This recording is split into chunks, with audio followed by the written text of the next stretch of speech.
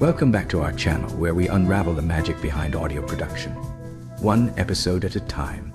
Imagine being able to transform a simple bass line into a powerful cinematic element in your mix. Something that creates an emotional impact right from the first note. That's exactly what we're diving into today. The art of processing bass with distortion to add depth and intensity to your tracks. Let's get started by exploring why bass distortion has become a secret weapon for producers across genres. You might think of distortion as something that belongs in rock or metal, but its applications are far broader. It can add texture, warmth, and a presence that can invigorate your mix. When we think about distortion, we often imagine heavily clipped sounds, but in the right hands and with the right approach, it becomes a tool to highlight nuances in your bass line, making it stand out in a lush auditory landscape. Our first key point is understanding the types of distortion and their unique effects. Distortion isn't a one-size-fits-all solution. You have options like overdrive, fuzz, and digital distortion, each bringing its own character. Overdrive is typically a subtler effect, mimicking the sound of a gently pushed amp. It adds a harmonic richness that can bring out the subtleties of your bass performance.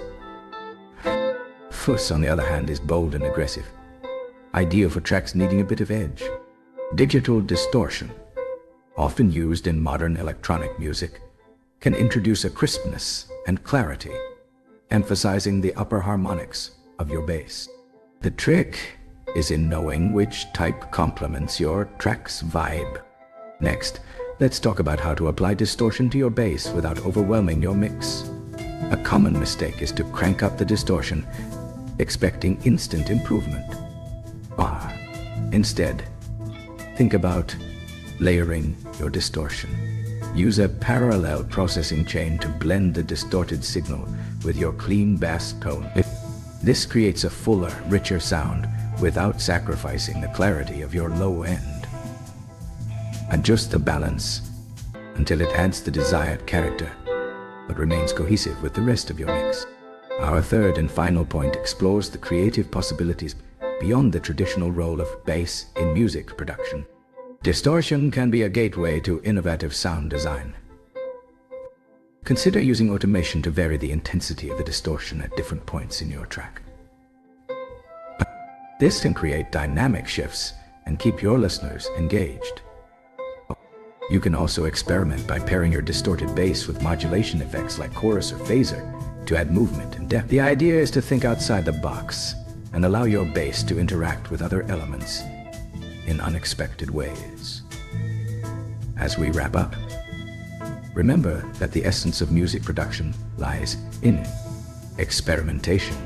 Distortion can be as subtle or as pronounced as you like, but its ultimate purpose is to serve the musical narrative you're creating. So, take some time this week to revisit some of your existing tracks. Apply distortion to your bass lines and listen to how they transform. Maybe you'll find a new favorite sound or a feature worthy of the spotlight. And there you have it, your gateway to enriching your mixes with the power of bass distortion.